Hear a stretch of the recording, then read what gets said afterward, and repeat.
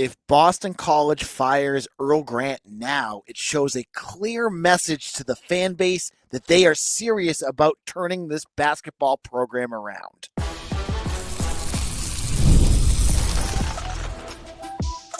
You are Locked On Boston College, your daily podcast on the Boston College Eagles. Part of the Locked On Podcast Network, your team every day. Hello, everyone, and welcome to Locked On Boston, your team every day. I'm your host, AJ Black of Eagle Insider, part of the 247 Network. I've been covering Boston College for over a decade. If you're looking for Boston College news, analysis, and details on your Eagles, you are in the right spot. Locked On Boston College is a free daily Boston College podcast available on YouTube or wherever you get your podcasts. On today's show, we are going to get into Earl Grant. Should BC fire him now? I'm going to tell you why it will help recruiting, how Steve Smith could do a better job for the rest of the season than he could, how this would impact the current players, and is this desperation or showing accountability? I'll get into all of that. But before we do that, today's episode is brought to you by FanDuel. Right now, new customers can bet just $5, and if your bet wins, you'll get $300 in bonus bets to use across the app. Download the app today. All right. So, right now, Boston College basketball sits at 3-4. They just came in fourth place in the Charleston Classic, losing to Tulane and Davidson. Yes, the powerhouse is known as Tulane and Davidson. And they're going to play Harvard on Wednesday. Obviously, Tommy Amaker is going to have that team ready. It's going to be a tough matchup. Then they play LSU. There is a good chance that BC could be 3-6 by the end of next week. This is completely unacceptable, and the blame goes specifically to Earl Grant, the head coach at Boston College.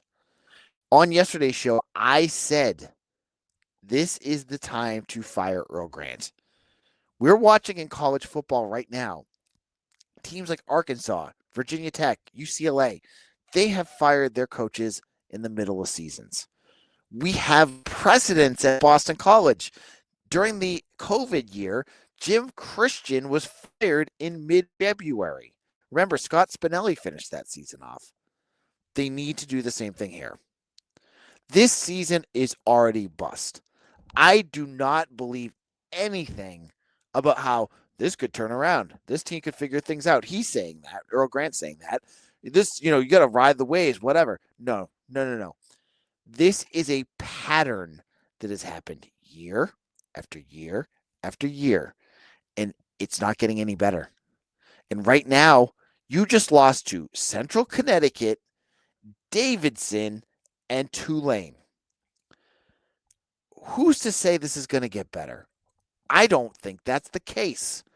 So, I think this would be a move of showing accountability for your program.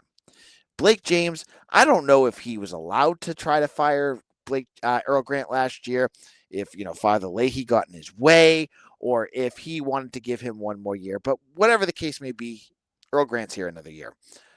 We are already November 24th at the time of this recording, the laughingstock of college basketball again. It only took us 7 games to get to this point. The best way to show that you care about this program is to make that move. You need to fire Earl Grant. Again, I said this again. He is a very nice guy. He is a perfect, model for what you want a coach to be at BC in terms of the way he presents himself, his values. All of that is great. But that don't mean anything on the court. What we see on the court every week is unacceptable. BC, Mike Sidley, my writer, looked this up for me, and I appreciate that. Under Earl Grant, 3-11 in overtime games. What does that say about coaching? It shows you that when the times get tough, this coaching staff can't get your players past the goal line. They lose. We saw it again against Tulane. They were tied and they went into overtime. They lost. It happens way too often. That to me is not talent. That has nothing to do with NIL. That has nothing to do with the accountability, the BC, the money that they put into this program, that's on coaching. Number one, when you can't close out close games, that is coaching. And Earl Grant has not shown he can do that. I look at every season, and right now, Earl Grant as a head coach for BC is 64-76 for a 457 win percentage. And I had to go and look because I wanted to double check. I was like, is it close to Jim Christian? Oh, no. Jim Christian was like 36% as a winning percentage as a head coach. So still, is 47% what you want to deal with? So then the other piece, accountability. Let's talk about something. You go to the BC website and you see their newest Soaring to the Heights, or I think that's the name of it, the financial campaign that they have going on. They're bragging on their site that they've raised $254 million for athletics. Where's that money going? That's great that you raised $254 million. Is that helping the football program? Is that helping basketball? Where is it going? And I'm sure it's probably, and I'm not doubting that they're using it for things. I know they are. But you have $254 million. What is Earl Grant's buyout? Just take that little piece off of that and just pay it. Because I think what we would love to see is somebody else, even for this year, let Steve Smith do it. Steve Smith is a good recruiter. We don't know what he is as a coach, but you know what? It can't be any worse. Maybe it could, but I don't think it could be any worse than what we're seeing right now. I'm willing to give him a chance because this season right now, if this continues the path they're going, you're going to lose almost every ACC game that you have. You're not going to make the ACC tournament. You're going to lose the ACC SEC challenge. It's going to go down the toilet. Do something. Show accountability for your program.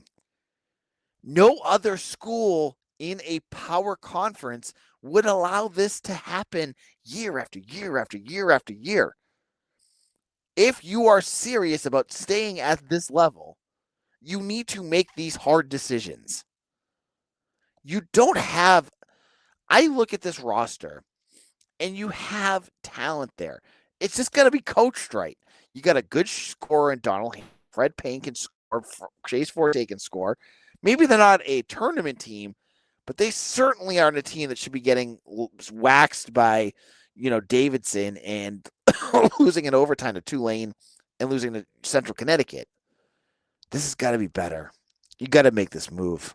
You got to do it now because I'm already looking ahead, as I said for the record, but I'm also looking at what Conte Forum is going to look like. It's going to go back to no students there, no fans there. And guess what? That money you didn't want to pay him off, you're going to get bitten by that anyways, by loss of ticket revenue. Because if there's no interest in your team, no one's going to show up and you're not going to make any money. It's a common sense move. This is not desperation. This is you need to do this now. You need to make this move now. And in a moment, if you made this move now, how would this impact your current roster? I'll explain what I mean by that in just a moment. The NBA is back, and there's no better place to get in on the action than FanDuel, the official sports betting partner of the NBA. Even if you missed the start of the game or want to ride the hot hand, FanDuel has live bets on everything from who will score next to the fourth quarter comebacks. Plus, you can even combine your live bets into a same-game parlay for a shot at a bigger payout.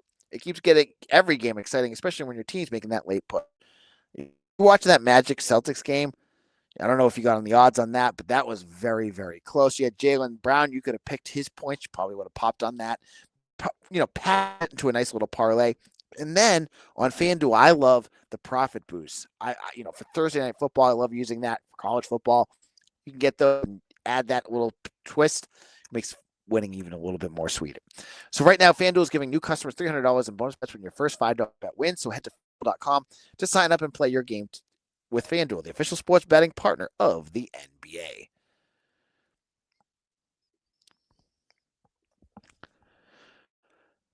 On Boston College, AJ Black of Eagle Insider. Thank you to all my everydayers out there. All of you who made Locked On Boston College your first listen. You guys are all MVPs here, and I'm glad you're here. I don't talk basketball enough because, as I said before, for the last couple of years, it feels like a lost cause. Game by game, I could go by the analysis, but no one wants to listen to it because it's the same mistakes over and over and over again. This year, we get the joy of watching Donald Hand fall apart because he can't shoot a three-point shot, and his entire game seems completely different than what you expected it to be. You have no scoring from anyone else. It's just a giant mess. And so now I'm advocating that you need to be the team that makes the first move. Start that coaching search now. Don't rush yourself. BC is a school that always wants to take their time. This is the perfect time to do it. There's nobody else out there looking for coaches. You can get first dibs. You can go out there and get whoever you want, and you can do it early. So start that process now. Because if you wait until March when other schools like Pitt and some of these other programs that maybe struggle as the season goes on, you're now battling against other programs to get the coaches that you want. Now, many of these coaches you're going to look at are going to be sitting head coaches.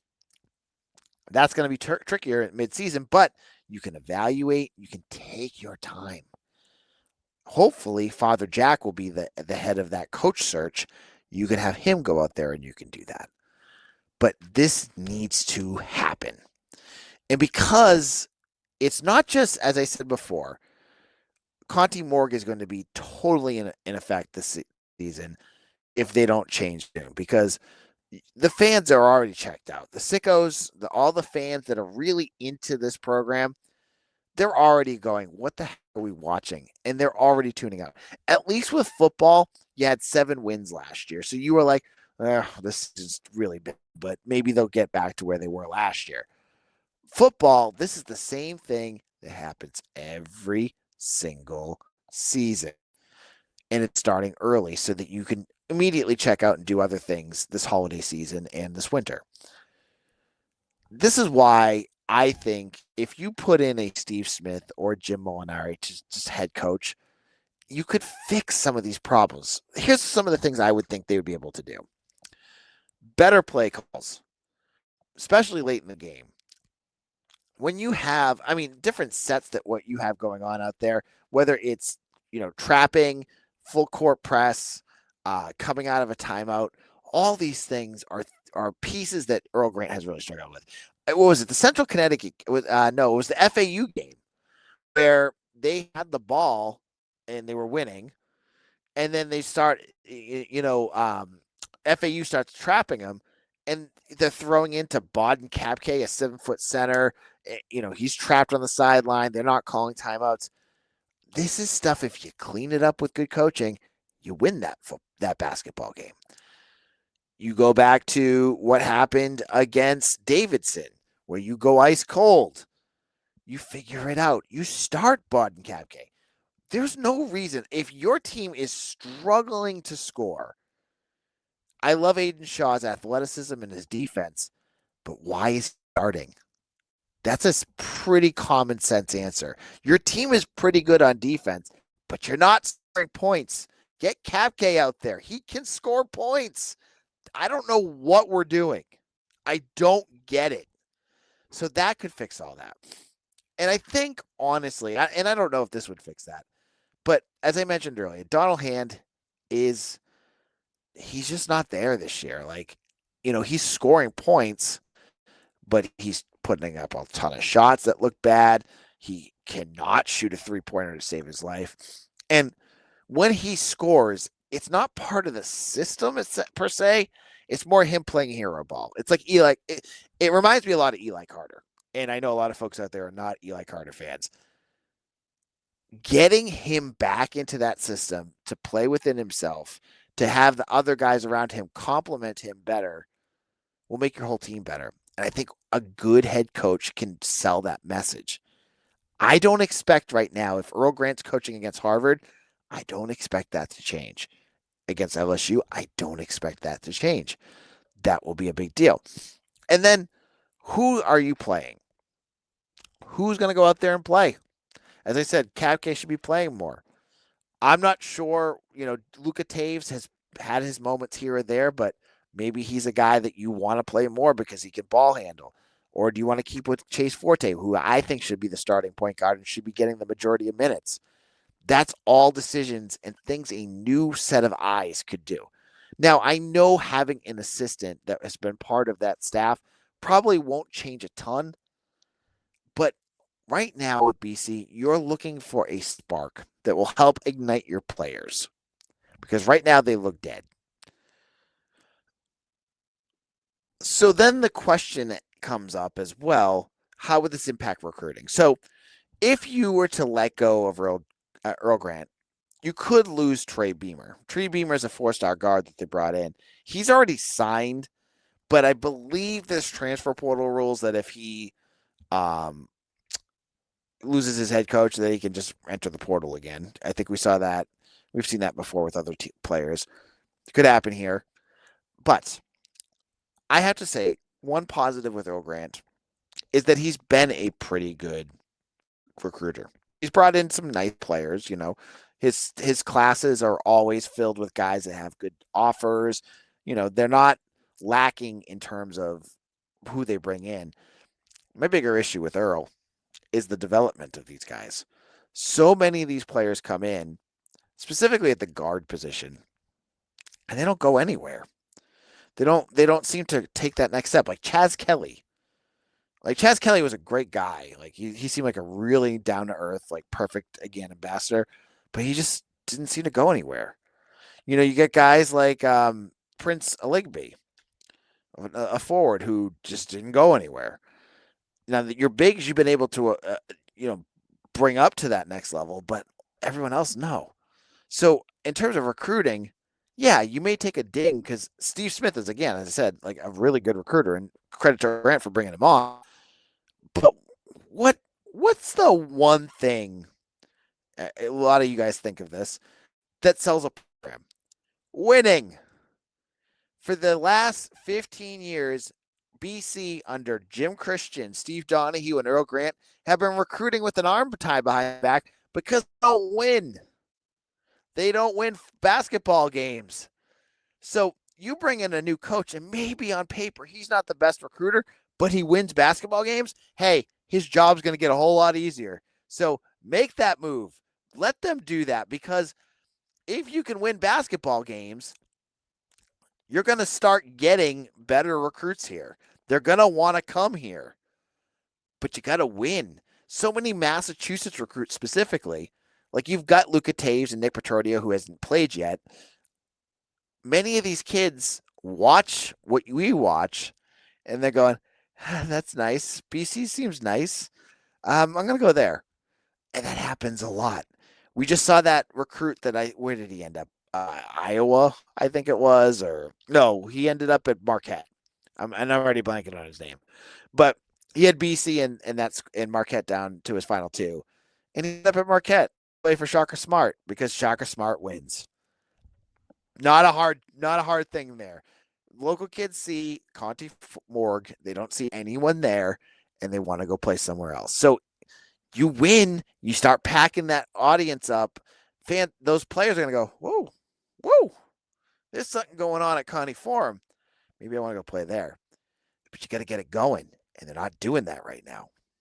In our final segment, some final thoughts, and BC needs to step up themselves before they make any search start, and I'll explain what I mean by that in a moment.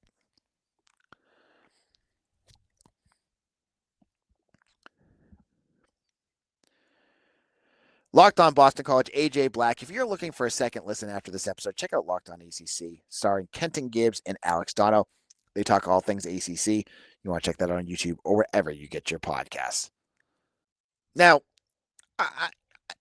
losing your job is not an easy thing to advocate for, but I'm passionate about BC sports. I love BC basketball. When I was a student there, watching Jared Dudley, Craig Smith, Sean Marshall, Lewis Hinnett, that whole crew, that was my highlight of every week. I liked it more than going to football games because it was fun. that Conte Forum, when you get it packed, can be really fun. And this is why I miss that.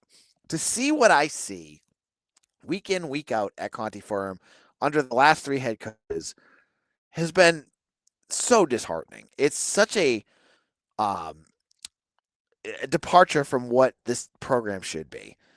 And so, yes, I want Earl Grant gone. His coaching drives me crazy. The way he manages his roster drives me nuts.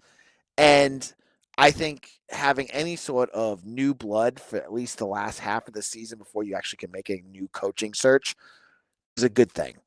But the gang goes back to Boston College as a school. Jack Butler is taking over as president.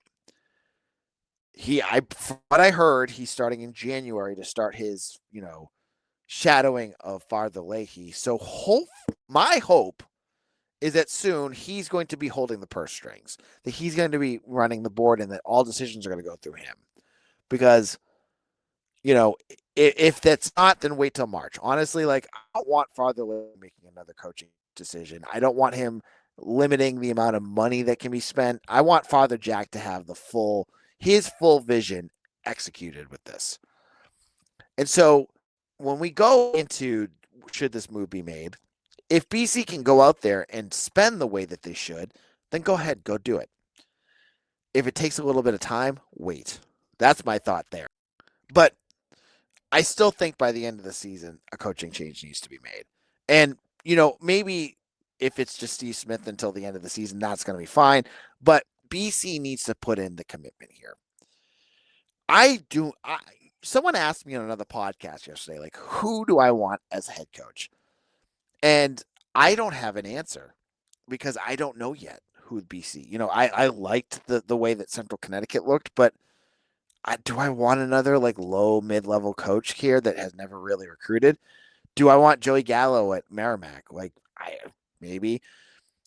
I've seen enough NBA coaches that have come back to their alma mater fail to be really, really worried about Jared Dudley. I know a lot of folks really want him, and he's my favorite BC player of all time. But we've seen enough examples between Patrick Ewing and the coach that was just there at Louisville and Penny Hardaway, all these 1-year disasters. I don't want that to happen here. So I don't know. But what I want BC to do, you now have the practice facility. You have New Balance. You have more that you can offer recruits. You need a head coach that can sell the program. And you need to be able to spend to get a guy here that can do that. So if they make this move, and I think they should, in the spring, the person that they hire needs to be a major step up from what they've done the last 3 hires. You need a guy that is a proven winner, and you're going to have to spend to do that. I don't know if BC will do it, but I'm hoping Father Jack understands that having a completely empty Conte Forum is doing nothing for BC to stay in the Power 4. You need to pack that place, and to do that, you need a head coach who can build a winner. Earl Grant is not that. This is AJ Black. Thank you all for listening to today's show.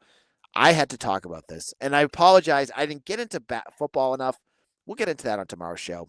We'll be talking Syracuse, BC, and anything else coming in between. I've been fired up about the state of the BC basketball program, and I wanted to give you guys an episode filled with my conviction and my passion about where this program needs to go. Because if I'm not going to say it, maybe no one else is going to say it on a podcast form. So I'm here to tell you this is what I was hoping for.